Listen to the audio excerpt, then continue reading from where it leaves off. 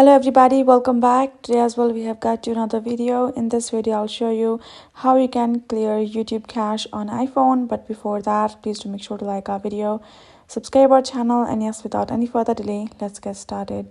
So for that, simply go ahead and open up your settings app. We're going to go back from over here, and then we're going to be going to the section of general. Then go to this option of iPhone storage. Now from over here, you're going to scroll down until you get your YouTube app. Go ahead, tap on it. Now you will find Offload App and Delete App instead of Clear Cache app. Likewise, you will find on Android devices.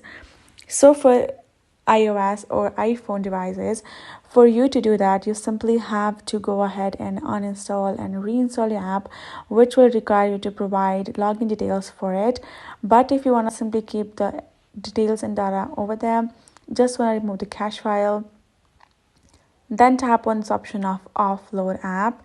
Right, you're gonna simply offload your app and reinstall your app afterwards, and that is how you will be able to remove cache files.